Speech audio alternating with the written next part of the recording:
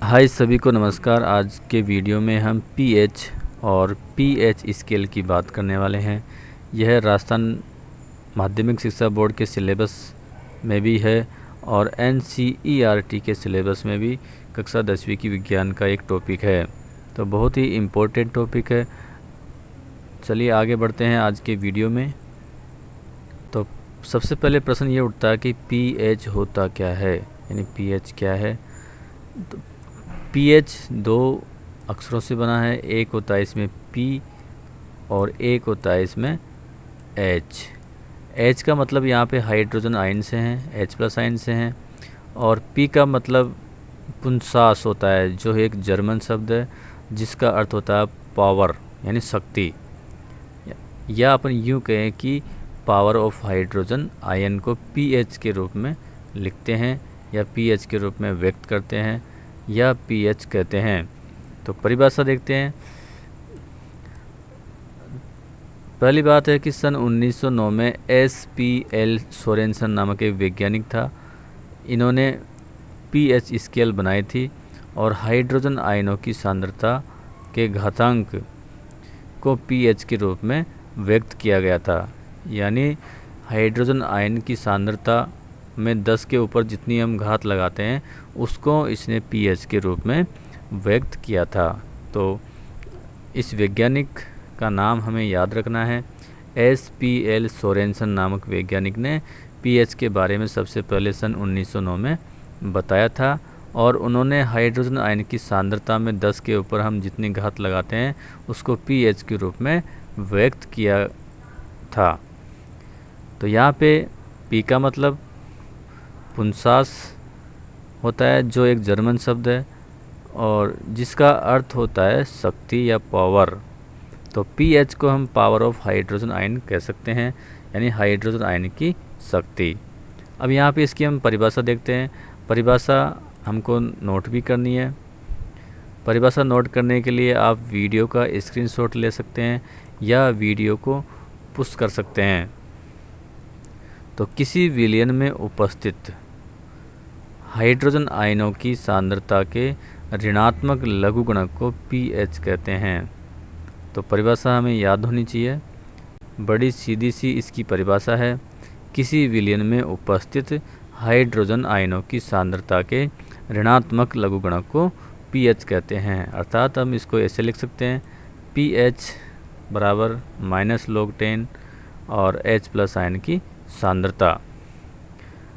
अब H plus ion होता है हाइड्रोजन आयन, लेकिन यह जलीय विलयन में H प्लस आयन के रूप में नहीं होता है, बल्कि ये जलीय विलयन में H प्लस आयन जल के साथ में क्रिया करता है और H3O प्लस के रूप में ये पाया जाता है।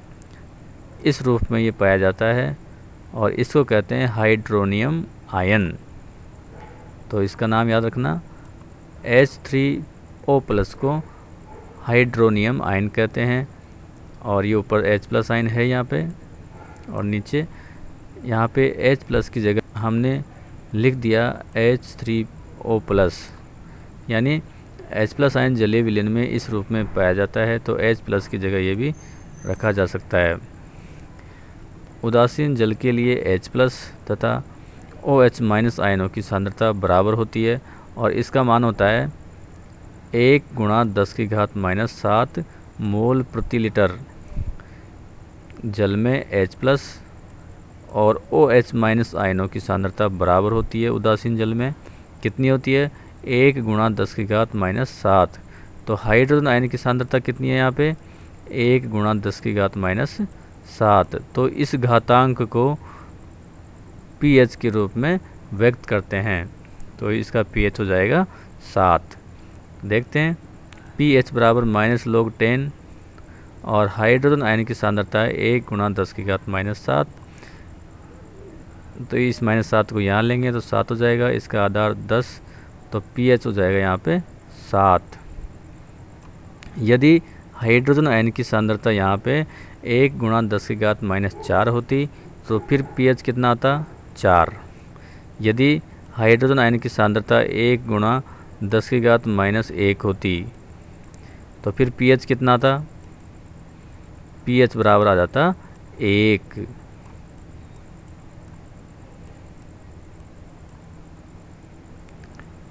तो हाइड्रोजन आयन की सांद्रता में 10 के ऊपर जितनी घातांक होते हैं उसको पॉजिटिव रूप में लिखते हैं और वो उसका pH होता है।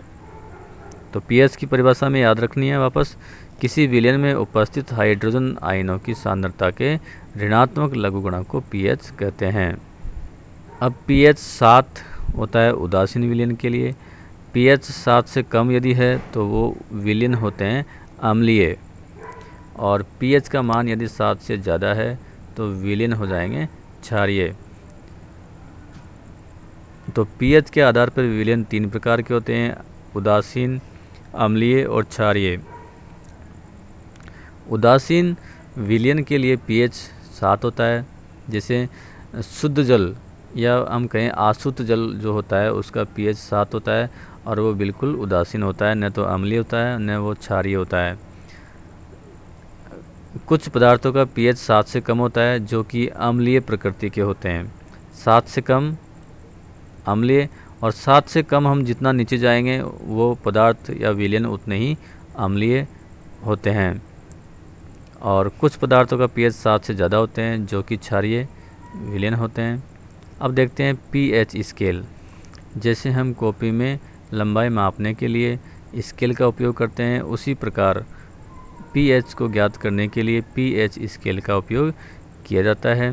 या जिस प्रकार तापमान मापने के लिए थर्मामीटर का उपयोग करते हैं, उसी प्रकार pH मापने के लिए pH स्केल का उपयोग किया जाता है। इस पर 0 से 14 तक की संख्या अंकित रहती है, यानी सबसे पहले 0 लिखते हैं, उसके बाद में 1, 2, 3 आदि, और अंत में जाके 14 तक संख्या उसमें लिखी जाती है। 7 पर उदासीन बिंदु होता है और 7 से कम अम्लीय और 7 से ज़्यादा क्षारीय होता है। तो यहाँ पे नज़र डालते हैं कि pH स्केल है। सबसे पहले 0 लिखते हैं और यहाँ से 1, 2, 3, 4 से लेके बीच में 7 और अंत में जाके 14 इसमें लिख देते हैं। जब pH का मान 7 होता है, यानी हाइड्रोजन आयनों की सांद्रता 1 × 10⁻⁷ होती है, तो उस समय POH यानी हाइड्रोक्सिल आयनों की सांद्रता और H+ आयनों की सांद्रता वहाँ पे बराबर होती है। तो दोनों एक दूसरे के प्रभाव को समाप्त कर देते हैं, तो उस समय विलयन हो जाता है उदासीन। तो pH 7 पर विलयन उदासीन होते हैं। अब pH 7 से जैसे ही हम नीचे जाएंगे, इस तरफ जाएंगे, तो H+ आयनों की सांद्रता बढ़ेगी, तो विलयन हो जाएंगे अम्लीय। यानी इधर 7 से नीचे जाने पर अम्लीयता बढ़ती है और 7 से ऊपर जाने पर, 7 से लेकर 14 तक जाने पर क्षारीयता बढ़ती जाती है। तो यहाँ पे देखिए ये H+ आयन है, इसकी सांद्रता यहाँ पे सबसे अधिक धीरे धीरे कम हो रही है। यहाँ पे H+ और OH- दोनों की सांद्रता बराबर है, तो विलयन उदासीन। जैसे हम इधर जाएंगे तो OH आयनों की सांद्रता बढ़ती जाएगी। जैसे ही pH 7 से हम ऊपर की तरफ जाएंगे तो यहाँ पे OH- यानी हाइड्रोक्सिल आयनों की सांद्रता बढ़ती जाएगी और H+ आयन की सांद्रता यहाँ पे डिक्रीज हो रही है, यानी कम होती जा रही है। तो 7 से जितना कम pH होगा उतना ही अम्लीयता उस विलयन की होगी, और 7 से जितना अधिक उसका pH होगा तो उसकी क्षारीयता उतनी ही ज़्यादा बढ़ती जाएगी। अब यहाँ पे एक प्रश्न ये उठता है कि क्या अम्लीय विलयन में OH- आयन होते हैं? यदि हाँ तो विलयन अम्लीय क्यों होता है? अब देखते हैं। जैसे मान लो ये अम्लीय विलयन है, उसका pH यहाँ पे 5 है, तो यहाँ पे होगा वो। तो इस स्केल को देख के हम पता कर सकते हैं कि इसमें OH- आयन है या नहीं है। तो यदि pH 5 है तो इसमें OH आयन होंगे, लेकिन H+ आयनों की सांद्रता ज़्यादा होगी, इसलिए विलयन अम्लीय है, परंतु उसमें OH- आयन होते हैं। इसी प्रकार क्षारीय विलयन में भी हम pH 10 की बात करें यहाँ पे, तो इसमें भी H+ आयन है, लेकिन वो संख्या में कम है, और OH- आयन यहाँ पे ज़्यादा है, इसलिए विलयन यहाँ पे क्षारीय हो जाता है। यदि H+ आयन और OH- आयन की सांद्रता बराबर है तो विलयन उदासीन होगा। यदि H+ आयन की सांद्रता ज़्यादा है और OH आयनों की सांद्रता कम है तो फिर विलयन हो जाएगा अम्लीय। और इसी प्रकार यदि H+ आयन की सांद्रता कम है, OH- आयनों की सांद्रता ज़्यादा है तो फिर विलयन हो जाएगा क्षारीय। यहाँ पे हम 3 विलयन लेते हैं, A, B और C। A का pH 3 है तो इससे क्या निष्कर्ष निकाल सकते हैं हम जानते हैं कि pH जब 7 होता है तो विलयन उदासीन होता है, लेकिन यदि pH का मान 7 से कम हो तो यहाँ पे कितना है 3, तो विलयन कैसा होगा अम्लीय। B की हम बात करें, pH कितना 7, तो 7 पे क्या होता है उदासीन, 7 पर विलयन उदासीन होता है। और C विलयन देखते हैं, pH कितना है 11, 7 से कम अम्लीय, 7 पर उदासीन और 7 से अधिक क्षारीय, तो ये क्षारीय प्रकृति का विलयन होगा। अब यहाँ पे एक टेबल पर हम नज़र डालते हैं जिसमें कई सारे पदार्थों का pH लिखा हुआ है। सबसे पहले हम बात करते हैं दूध की, तो दूध का pH होता है 6.8।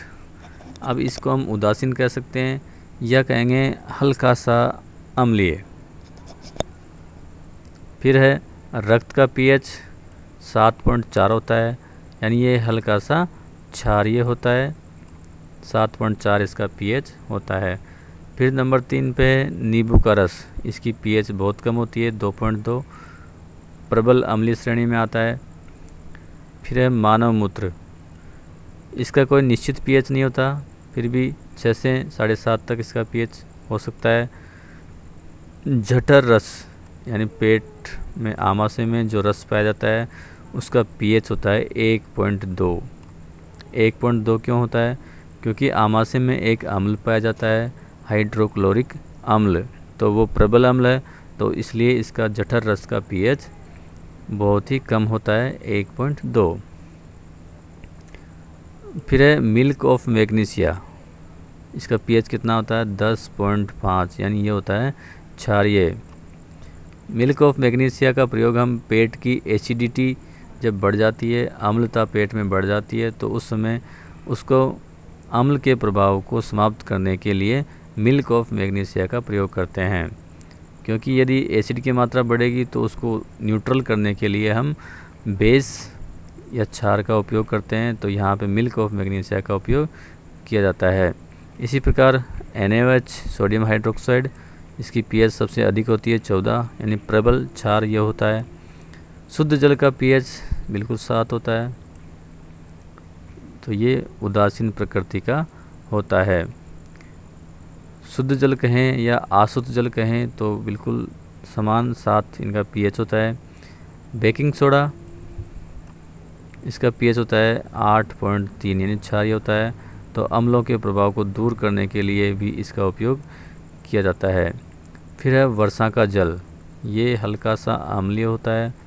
इसके बाद है लार, लार का pH होता है 6.5। सिरका, इसमें एसिटिक अम्ल होता है 2.5 इसका pH होता है। आंसू जो अपने टीयर्स होते हैं उनका 7.4, हल्का सा क्षारीय। और जो चाय हम पीते हैं टी, उसका होता है 5.5। तो आज के वीडियो में हमने pH के बारे में जाना। SPL सोरेनसन नामक वैज्ञानिक ने सबसे पहले pH शब्द दिया था, और हाइड्रोजन आयन की सांद्रता के ऊपर जो घात लगाते हैं उसको उसने pH के रूप में लिखा था। उसके बाद में हमने pH स्केल के बारे में जाना, और यहाँ पे कई सारे पदार्थों का pH के बारे में भी हमने जाना। तो यदि आपको आज का वीडियो पसंद आया हो तो इसको लाइक करें और साथ में चैनल को सब्सक्राइब भी ज़रूर करें। इसी प्रकार के अन्य वीडियो देखने के लिए हमारा चैनल स्टार साइंस देखते रहिए। नमस्कार, धन्यवाद।